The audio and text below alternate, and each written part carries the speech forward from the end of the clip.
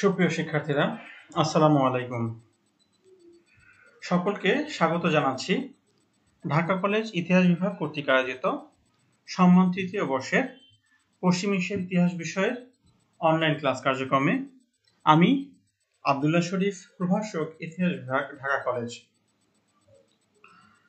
সকলকে এই online class কার্যক্রমের সাথে যুক্ত থেকে নিজেদের পড়াশোনাটি এবং শিক্ষা কার্যক্রমটি সচল রাখার জন্য অনুরোধ জানাচ্ছি। এবং এই অনলাইন ক্লাসের সাথে বাসায় বা তোমরা যেখানে আছো এই পাঠ্যপুস্তকের সাথে সম্পৃক্ত থাকলে তাহলে দেখতে পাবেন যে তোমাদের পড়াশোনাটা খুব সুন্দরভাবে সহজভাবে এগিয়ে নিতে পারছো। তো বরাবরের মতোই আজকে নতুন একটি বিষয় নিয়ে বা নতুন একটি বিষয় নিয়ে আলোচনা করব। সে বিষয়টি নিয়ে শুরু করি। পশ্চিম এশিয়ার ইতিহাসের আজকের আলোচনার বিষয়বস্তু হচ্ছে মিল্লাত প্রথা। যদিও মিল্লাত প্রথা একেবারে সংক্ষিপ্ত আকারে আমাদের পাঠ্যপুস্তকে বলি বা আমাদের বিভিন্ন সোর্স থেকে বলি, যতটুকু সংগ্রহ করা যাচ্ছে বা আমরা সমৃদ্ধ হতে পারছি যে সংক্ষিপ্তভাবে, যদি একটু সংক্ষিপ্ত বিষয়, তো আমরা একটু সংক্ষিপ্তভাবে বিষয়টি আলোচনা করব। অটোমান সাম্রাজ্যের অধীন বিভিন্ন অমুসলিম সম্প্রদায় মিল্লাত নামে অভিহিত করেছিল। আবার বলছি, অটোমান সাম্রাজ্যের অধীন বিভিন্ন অমুসলিম সম্প্রদায়কে মিল্লাত নামে অভিহিত ছিল। অভ্যন্তরীণ শাসন সংক্রান্ত ব্যাপারে সম্প্রদায়গুলো অনেক সুযোগ সুবিধা ভোগ করত। সাধারণত বিভিন্ন সম্প্রদায়ের ধর্মীয় নেতৃবৃন্দের মাধ্যমেই মিল্লাত গুলোর অভ্যন্তরীণ শাসন কার্য পরিচালিত হতো এবং মিল্লাতি রুম নামে পরিচিত গ্রিক খ্রিস্টান সম্প্রদায় সর্বাপেক্ষা শক্তিশালী মিল্লাত হিসেবে পরিগণিত হয়। তাহলে কি দেখতে পাচ্ছি যে অটোমান সাম্রাজ্যের অধীনে অমুসলিম সম্প্রদায় মিল্লাত নামে অভিহিত ছিল, অর্থাৎ অমুসলিম যে সমস্ত সম্প্রদায় ছিল তাদের সম্মিলিত রূপই ছিল হচ্ছে মিল্লাত, এবং অভ্যন্তরীণ শাসন সংক্রান্ত ব্যাপারে সম্প্রদায়গুলোর অনেক সুযোগ সুবিধা ভোগ করতো। তার মানে অভ্যন্তরীণ যত রকমের শাসন সমস্যা ছিল, বিচার বিভাগীয় বা শাসন সংক্রান্ত, এগুলোর সমাধানই করতে হচ্ছে এই অভ্যন্তরীণ শাসন কার্যে নিয়োজিত ধর্মীয় সম্প্রদায় নেতৃবৃন্দের মাধ্যমে। এবং মিল্লাতি রুম নামে একটি গ্রিক খ্রিস্টান সম্প্রদায় সর্বাপেক্ষা শক্তিশালী মিল্লাত বলে তৎকালীন সময় অভিহিত ছিল। এবার আসি মিল্লাত ব্যবস্থা। তুরস্কের ইতিহাসে মিল্লাত প্রথা বা মিল্লাত ব্যবস্থা একটি গুরুত্বপূর্ণ অধ্যায়। মিল্লাত প্রথা 14টি মিল্লাত বা মণ্ডলীকে বিভক্ত ছিল। আচ্ছা, ইহুদিদের জন্য একটি স্বতন্ত্র মিল্লাত ছিল, তারা নিজেরাই তাদের নেতা নির্বাচন করত এবং অবশ্য এটি সুলতানের মঞ্জুরি সাপেক্ষে ছিল। তিনি তাকে বিরতি ও বা অভিযোগ পত্র প্রদান করতেন এবং তাদের সম্মানজনক পদবিও ছিল, এবং তারা প্রাদেশিক শাসন পরিষদের সভ্য হতেন এবং রাজনৈতিক ও কতগুলো শাসন ও বিচার সংক্রান্ত ব্যাপারে মিল্লাত ছিল স্বায়ত্তশাসিত প্রতিষ্ঠান। তোমরা একটু কষ্ট করে আমার এই স্লাইডের কিছু লেখা টুকে নিতে পারো। আবারও বলছি যে এই মিল্লাত ব্যবস্থাটি ছিল হচ্ছে মূলত অমুসলিম সম্প্রদায়দেরকে নিয়ে একটি মিল্লাত, এবং অভ্যন্তরীণ শাসন সংক্রান্ত ব্যাপারে সম্প্রদায়গুলোর অনেক সুযোগ সুবিধা এখানে তারা ভোগ করত, এবং সাধারণত বিভিন্ন সম্প্রদায়ের ধর্মীয় নেতৃবৃন্দের মাধ্যমে মিল্লাতগুলোর অভ্যন্তরীণ শাসন কার্য পরিচালিত হতো।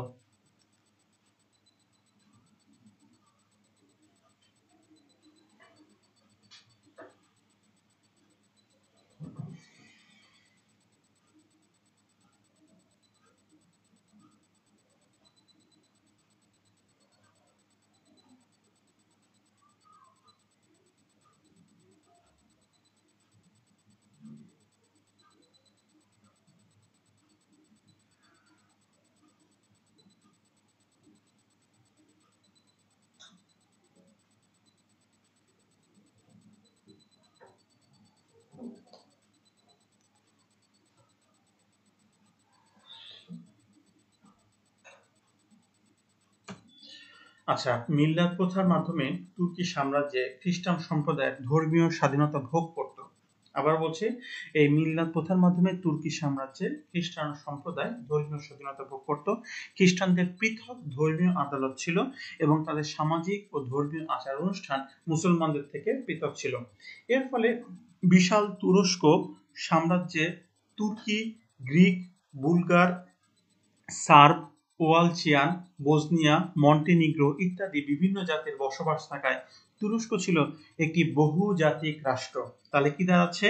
তুরস্ক একটি যে বহুজাতিক রাষ্ট্র ছিল তার প্রধানতম প্রমাণ হচ্ছে এই সাম্রাজ্যে, তুরস্ক সাম্রাজ্যে তুর্কিরা ছিল, গ্রিক ছিল, বুলগার ছিল, সার্ব ছিল, ওয়ালচিয়ান ছিল, বসনিয়া ছিল, মন্টেনিগ্রো ছিল।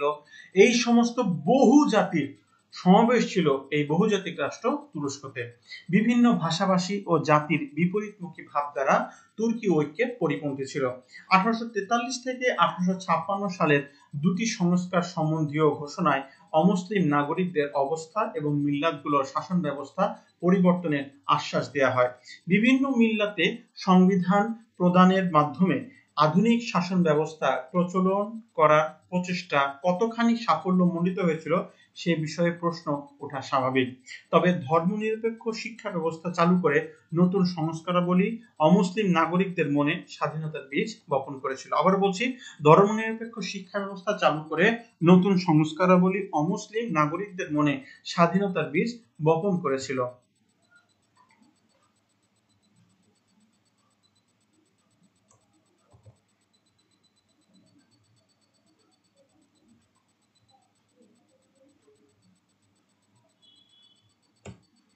উসমানিয়া বা অটোমান সাম্রাজ্যে মধ্যযুগীয় বাস্তবতার প্রেক্ষিতে অমুসলিমদের জীবনযাপন বেশি শান্তিপূর্ণ ও স্বাভাবিক ছিল।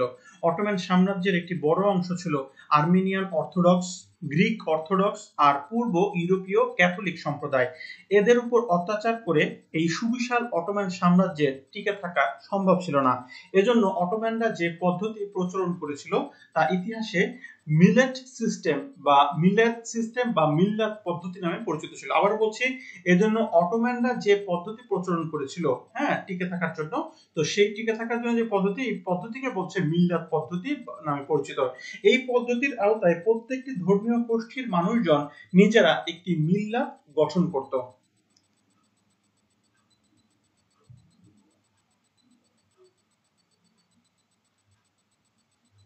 মিল্লাত শব্দটি এসেছে জাতি শব্দটির আরবি শব্দ থেকে, যা নির্দেশ করে যে ওসমানীয়রা নিজেদেরকে বহু জাতি গোষ্ঠীর মানুষদের রক্ষক হিসেবে বিবেচনা করত।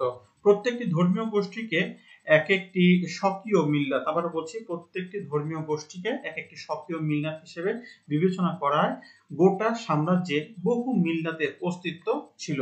উদাহরণস্বরূপ, ওসমানিয়া সাম্রাজ্যের সকল অর্থোডক্স খ্রিস্টানকে একটি মিল্লাত হিসেবে ধরা হতো, অন্যদিকে সকল ইহুদিদের নিয়ে আরেকটি মিল্লাত ধরা হতো।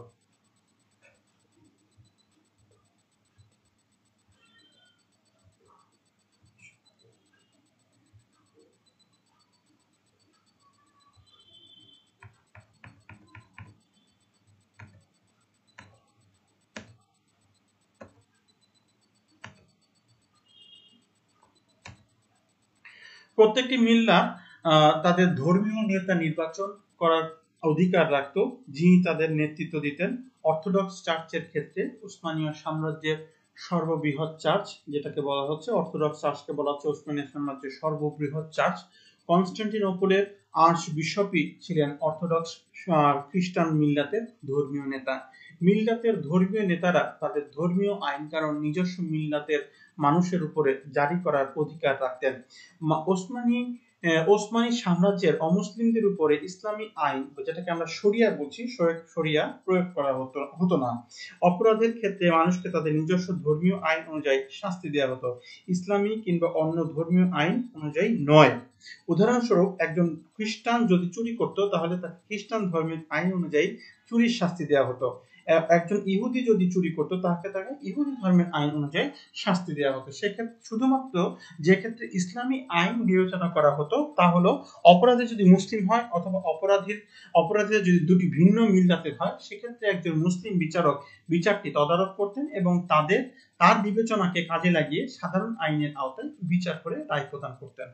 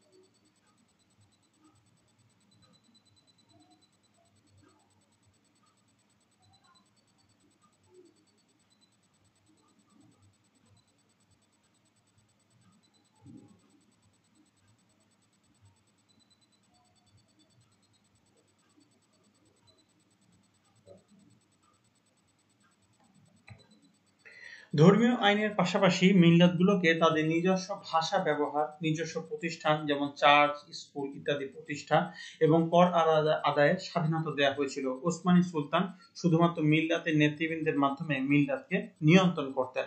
মিল্লাতের নেতারা সুলতানের কাছে নিয়মিত রিপোর্ট পেশ করতেন। মিল্লাতের কোনো সমস্যা দেখা দিলে সুলতান মিল্লাতের নেতৃবৃন্দের সাথে আলোচনা করতেন। মিল্লাতের সংজ্ঞা অনুযায়ী কাগজে কলমে ওসমানী সাম্রাজ্যের মুসলিমরাও একটি মিল্লাত প্রতিষ্ঠা করে, যার প্রধান ছিল স্বয়ং ওসমানী সুলতান নিজে।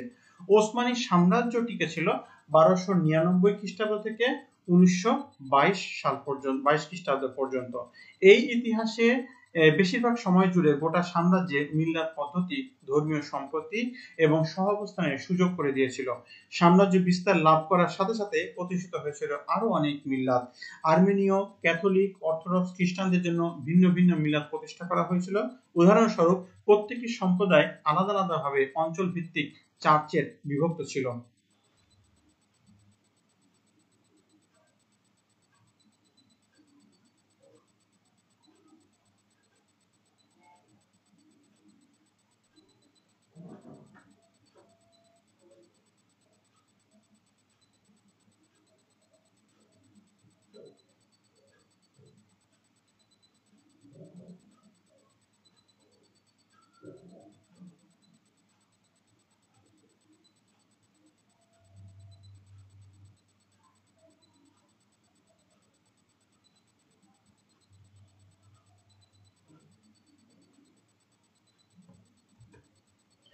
গ্রিক সম্প্রদায়কে চাষের মালিকানা দেওয়া সংক্রান্ত ফাতিহ সুলতান মুহাম্মদ এবং সুলতান দ্বিতীয় বায়েজিদের রাজকীয় ফরমানসমূহ, এই ফরমানসমূহ এবং চার্চটি আজও ইস্তানবুলে টিকে আছে। মিল্লাত পদ্ধতি ওসমানিয়া সাম্রাজ্য শেষ পর্যন্ত স্থায়ী ছিল। আবার বলছি, মিল্লাত পদ্ধতি ওসমানিয়া সাম্রাজ্যে শেষ পর্যন্ত স্থায়ী ছিল না, বরং এই মিল্লাত পদ্ধতির কারণেই অটোমান সাম্রাজ্যের বিভিন্ন জাতি এতদিন এক সাম্রাজ্যের অন্তর্ভুক্ত থেকেও পরস্পরের সাথে একাত্ম হতে পারেনি। 1800 সালের শুরু থেকে এই জাতিগোষ্ঠীগুলোর মাঝে ইউরোপের এনলাইটমেন্ট আর ন্যাশনালিস্ট চিন্তাধারার প্রসার ঘটলে উদারপন্থীর তানজিমাত নীতি পাশ হয়। তখন ইউরোপীয় কায়দায় সেকুলার সরকার গঠনকে প্রাধান্য দিয়ে মিল্লাত পদ্ধতি বাতিল করা হয়। নিজস্ব মিল্লাতের আইন কানুন অনুসরণের পরিবর্তে সকল মিল্লাতের লোকজনকে একই সেকুলার আইন অনুসরণ করতে বাধ্য করা হয়েছিল। এই তানজিমাত নীতি প্রবর্তনের উদ্দেশ্য ছিল ক্রমান্বয়ে দুর্বল হতে থাকা অটোমান সাম্রাজ্যকে রিফর্মের মাধ্যমে উন্নত করা। কেন্দ্রীয় সেকুলার আইন প্রবর্তনের মাধ্যমে বিভিন্ন সংখ্যালঘু জাতিগোষ্ঠীর মধ্যে প্যান অটোমানিজম মূল্যবোধের প্রসার ঘটানো।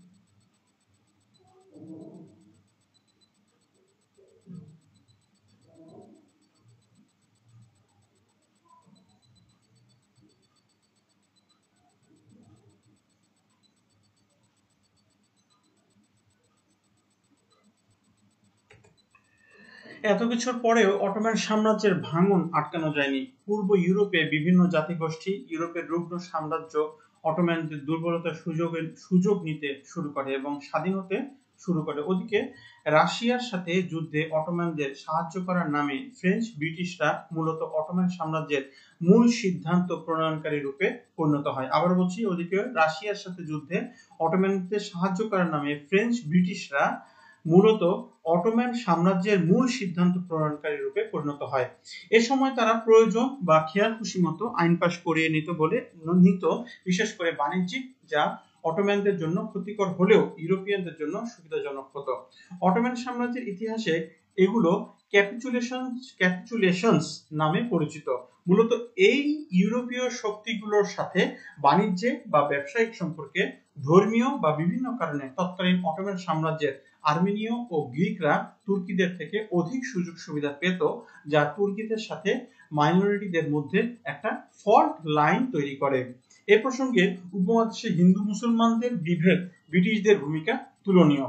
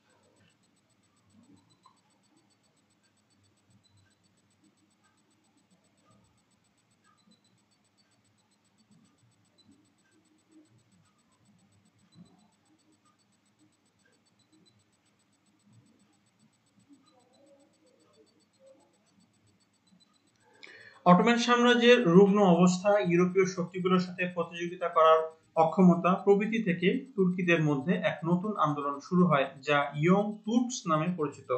সুলতানদের ক্ষমতা এবং ইসলামের প্রভাব খর্ব করে অধিকতর তুর্কি জাতীয়তাবাদীদের সংগঠন, যারা সাম্রাজ্যের ক্ষমতা দখল করে এবং জার্মানির সাথে সখ্যের মাধ্যমে আধুনিকায়নের চেষ্টা থেকে প্রথম বিশ্বযুদ্ধে জড়িয়ে পড়ে। বিশ্বযুদ্ধকালীন আর্মেনীয়দের প্রতি তীব্র অবিশ্বাস, তাদের আনুগত্য নিয়ে সন্দেহ এবং তাদের জাতীয়তাবাদী কার্যক্রম থেকে তুর্কি সাম্রাজ্য বিপদে পড়তে পারে, এই ধারণা থেকে আর্মেনিয়াদের উপরে নেমে আসে ব্যাপক নির্যাতন।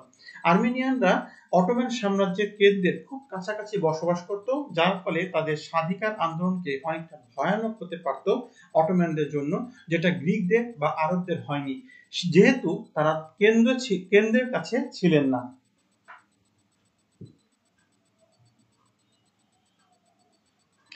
আর্মেনীয়দের ফোর্সড মার্চ করে ডিসপ্লেসড করার মাধ্যমে এ সমস্যা মোকাবেলা করতে গিয়ে তুর্কিরা অসংখ্য আর্মেনীয়কে হত্যা করে, যা আর্মেনিয়ান জেনোসাইড নামে পরিচিত।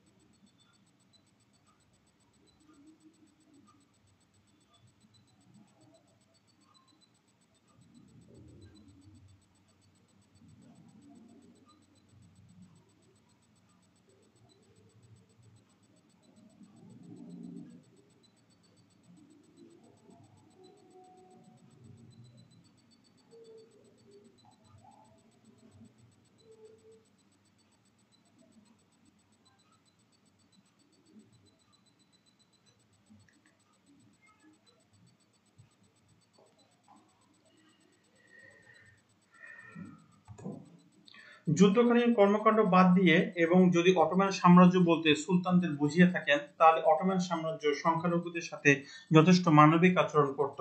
তাদের সবচেয়ে সমালোচিত একটি কার্যক্রম ছিল দেশ ধর্মে পদ্ধতি। এই পদ্ধতিতে সাম্রাজ্য জুড়ে অমুসলিম বালকদের সংগ্রহ করে ক্যাডেট কলেজের মতো ব্যবস্থায় ছোটবেলা থেকে শিক্ষা দেওয়া হতো। তাদের ইসলাম ধর্মের দীক্ষা দেওয়া হতো, যুদ্ধবিদ্যা শেখানো হতো। যারা যুদ্ধবিদ্যায় পারদর্শী হতো, তাদের অটোমান এলিট বাহিনী জেনিসারিতে জায়গা হতো। তাদের থেকেই সেনাপতি হতো। যারা শিক্ষায় ভালো করতো তাদের সমাজে বিভিন্ন গুরুত্বপূর্ণ ব্যুরোক্রেটিতে দায়িত্ব দেওয়া হতো। বিশ্বনবী হযরত মুহাম্মদ সাল্লাল্লাহু আলাইহি ওয়াসাল্লাম অমীয় বাণী, নন মুসলিম আর ডিপোজিট অফ ইসলামিক এম্পায়ার। ওসমানী সালতানাতের আল্লাহ রাসূলের এই বাণীর অনুসরণ কল্পে একটি প্রথার প্রচলন করে যার নাম মিল্লাত প্রথা। এই প্রথা মূলত অমুসলিমদের অধিকার আদায়ের মুক্তির সনদ। এই প্রথা মুসলিম এবং অন্যান্য ধর্মাবলম্বীদের মাঝে শান্তি আনয়ন কার্যকরী ভূমিকা পালন করে।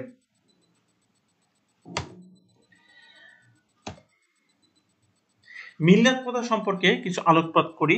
তো ডেফিনেশন অফ মিল্লাত বা মিল্লাত শব্দটি আরবি, এর অর্থ হলো জাতি। যেমন মুসলিম জাতিকে বলা হয় মিল্লাতে ইব্রাহিম। তুর্কিরা এমন শব্দ উচ্চারণ করত মিল্লেত, অর্থাৎ এর সংজ্ঞায় বার্নার্ড লুইস বলেন, তুর্কি সাম্রাজ্যের মুসলমান ছাড়াও খ্রিস্টান ইহুদিরা বসবাস করত অথবা খ্রিস্টান রাজ্য হতে ব্যবসা বাণিজ্যের জন্য অবস্থান করত। মুসলমান ছাড়া অন্য ধর্মাবলম্বী উসমানীয় সুলতানগণ প্রথম ধর্মীয় সম্প্রদায় হিসেবে সরকারিভাবে স্বীকৃতি দেন। মূলত তাদের ও স্বীকৃতিকে মিল্লাত প্রথা বলা হতো। মিল্লাত প্রথার সুবিধা কি ছিল? পবিত্র কুরআন রাসূলুল্লাহ সাল্লাল্লাহু আলাইহি ওয়াসাল্লাম শিক্ষা অনুসারে আরবগণ অমুসলিমদের থেকে জিজিয়া কর নেয়ার বদলে তাদেরকে সামাজিক, ধর্মীয় ও অন্যান্য সুযোগ সুবিধা প্রদান করত। সেই সূত্র অনুযায়ী উসমানী সুলতানগণ তাদের অনেক সুযোগ সুবিধা প্রদান করত। যেমন অমুসলিমদের প্রজাবৃন্দকে তাদের ধর্মীয় নেতার অধীনে স্বায়ত্তশাসনের প্রদান করা হয়েছিল। তাদের মধ্যকার বিবাদ মীমাংসা করতে ধর্মীয় নেতা দেওয়া হয়েছিল। তাদের কর আদায় এবং ধর্মীয় আচার অনুষ্ঠানের দায়িত্ব ছিল ধর্মীয় নেতাদের। ধর্মীয় নেতা সুলতান সরকারের কাছে উক্ত প্রজাদের আচার অনুষ্ঠানের জন্য দায়ী থাকতেন। গ্রিক মিল্লাতের কথা যদি বলি, তাহলে মিল্লাত কথা শুধু ওসমানের সাম্রাজ্যে সীমাবদ্ধ ছিল না, বরং এটি গ্রিক শাসনে প্রচলিত ছিল। তারা ইহুদিদের মিল্লাতি সুযোগ সুবিধা প্রদান করত।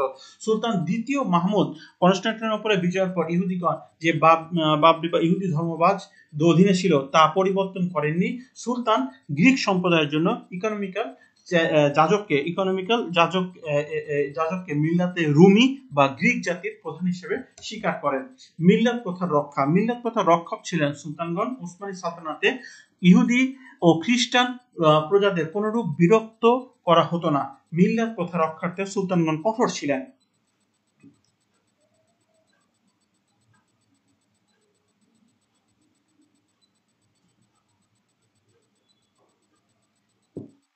একদা সুলতান চতুর্থ মুরাদ শাসনামলে 1613 থেকে 40 খ্রিস্টাব্দের মধ্যে এই আর্মেনীয় খ্রিস্টান মিল্লাত তাদের প্রধান যাজকদের বিরুদ্ধে সুলতানের নিকট অভিযোগ করে যে প্রবীণ যাজক তার নির্ধারিত পাওনা ছাড়াও উৎসব উপলক্ষে সঞ্চিত সম্পদসমূহের উপর ভাগ বসায়।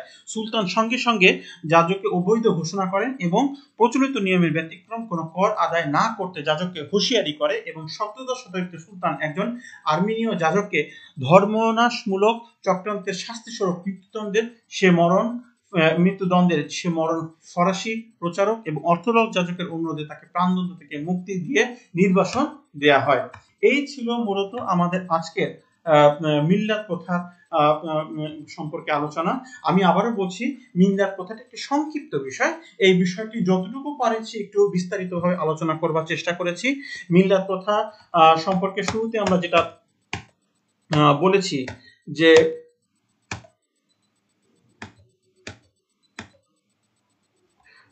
শুরুতে আমরা যেটা বলেছি যে অটোমান সাম্রাজ্যের অধীনে বিভিন্ন যে অমুসলিম সম্প্রদায় এই মিল্লাত নামে অভিহিত করেছিল এবং অভ্যন্তরীণ শাসন সংক্রান্ত ব্যাপারে সম্প্রদায়গুলো অনেক সুবিধা ভোগ করত। তো সাধারণত বিভিন্ন সম্প্রদায়ের ধর্মীয় নেতৃবৃন্দের মাধ্যমে মিল্লাতগুলো অভ্যন্তরীণ শাসন কার্য পরিচালিত হতো। এবং মিল্লাত ব্যবস্থা কিন্তু শুরুতে কিন্তু ছিল যেটা ইসলামী কালচারের মধ্যে ছিল। এর পরবর্তী দেখা যাচ্ছে যে ওসমানীয় সাম্রাজ্যে যে সমস্ত অমুসলিম সম্প্রদায় যারা ছিল তাদেরকে নিয়ে মূলত এই মিল্লাত সিস্টেম বা মিল্লাত প্রথা গড়ে ওঠে। তো সকলকে অসংখ্য ধন্যবাদ জানাচ্ছি আমাদের এই অনলাইন ক্লাস কার্যক্রমে যুক্ত থাকার জন্য। সকলের সুস্বাস্থ্য কামনা করছি, সকলের দীর্ঘায়ু কামনা করছি। আজকে এই পর্যন্ত, সকলকে অসংখ্য ধন্যবাদ জানিয়ে আজকের ক্লাসটি সমাপ্ত ঘোষণা করছি। ধন্যবাদ সকলকে। আসসালামু আলাইকুম।